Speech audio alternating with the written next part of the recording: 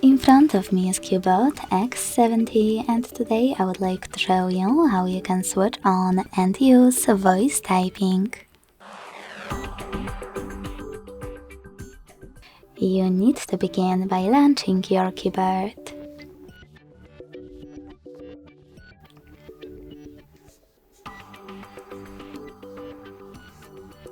Then click on the microphone icon at the top right corner. If you can't see it, select this gear one.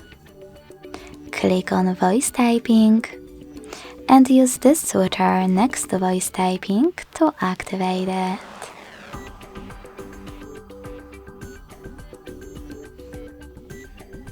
Then go back and click on no visible microphone.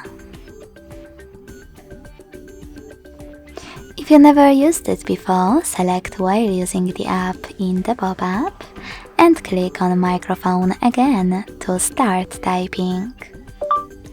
As you can see, voice typing is on. If you want to stop, tap on the same microphone again. Thanks so much for watching. If you enjoyed this video, leave a like, comment and subscribe.